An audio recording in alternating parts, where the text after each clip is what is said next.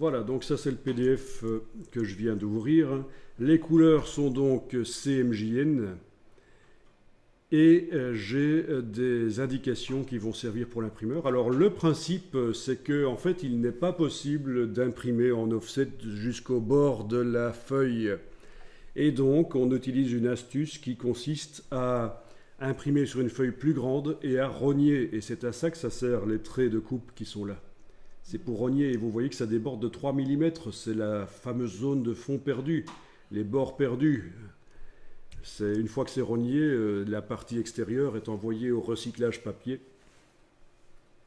Bon, de toute façon, il faut rogner. À partir du moment où vous faites un magazine, vous l'imprimez, vous le reliez avec. Il y a un système de reliure automatique, ce qu'on appelle le façonnage à la sortie de la presse, hein, qui prend le relais de l'impression. Donc, et donc c'est plié et ça va être rogné. C'est ça qui fait que vous avez des magazines avec les bords qui sont bien alignés, forcément. Il n'y a pas de secret.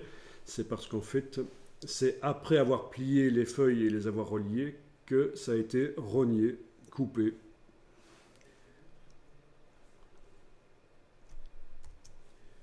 Vous avez des gammes de contrôle qui permettent à l'imprimeur, grâce à un densitomètre, de vérifier que l'impression se fait correctement, parce qu'en fait l'imprimeur ne peut pas juger de la qualité de l'impression en regardant vos photos. C'est pas lui qui va décider, tiens, je vais augmenter les quantités d'encre parce qu'il me semble qu'il n'y a pas assez d'encre, ou je vais retirer, il me semble que les photos sont trop sombres. Non, ça il ne fait pas.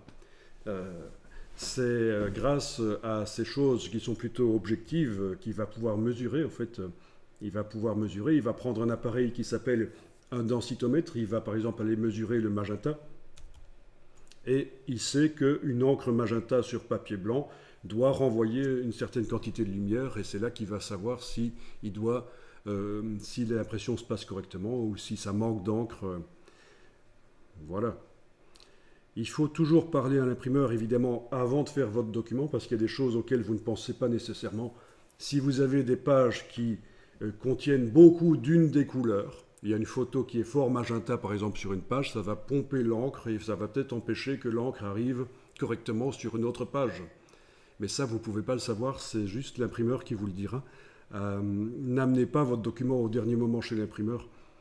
Il y a plein de choses auxquelles il faut penser. Également, si vous prenez l'idée de faire tout un fond noir, vous imprimez en noir, peut-être que l'imprimeur va vous dire que ce n'est pas une bonne idée parce que quand les gens vont mettre leurs doigts sur la feuille, ça va faire des traces, ça va être horrible. Vous ne pensez pas à tout en fait. Hein. Mais nous, ça on peut l'imprimer directement sur l'imprimante. Parce qu'on a un modifiant PDF, ça pose pas de souci. Donc, sur une imprimante laser couleur, alors là, on a intérêt d'envoyer un document RVB. Parce que la laser couleur a des performances couleur plus grandes que l'offset de l'imprimeur. Donc autant lui envoyer quelque chose qui n'est pas bridé. Ceci dit, on peut aussi lui envoyer un CMJN. Et donc là, il n'y a pas de problème. Il n'y a pas de problème. Il n'y a pas de superposition d'encre. Même à encre, une simple pas... Donc dans les imprimantes laser couleur, il n'y a pas de superposition d'encre. Toutes les encres... oui, enfin si... Disons que c'est moins compliqué que pour l'offset.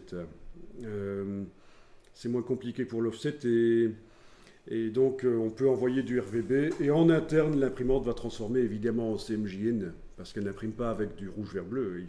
Elle imprime c'est pour ça qu'on appelle ça la séparation couleur. Il faut absolument séparer en en CMJN parce que l'appareil lui-même fonctionne avec 4 encres. C'est la seule raison pour laquelle le CMJN existe, c'est parce que pour pouvoir imprimer plein de couleurs, il faut superposer des encres sur un magenta, jaune, noir. Si on superpose des encres rouges, vertes et bleues, ça ne marche pas. Voilà. Si on envoie le PDF, oui, là, si vous envoyez vers une imprimante de bureau, vous allez devoir déjà imprimer sur de l'A4+, c'est-à-dire, parce que votre format, ici, ce n'est pas du format A4, c'est de l'A4+. Si je vais dans les propriétés, je vois que, je vais aller voir dans la description ici, voilà, fichier propriété Et la partie description, c'est on est au-delà du format A4, forcément. Parce qu'au final, je veux un format A4, donc je dois imprimer sur de l'A4+, un format plus grand, et puis je dois rogner si je veux mes photos jusqu'au bord de la page.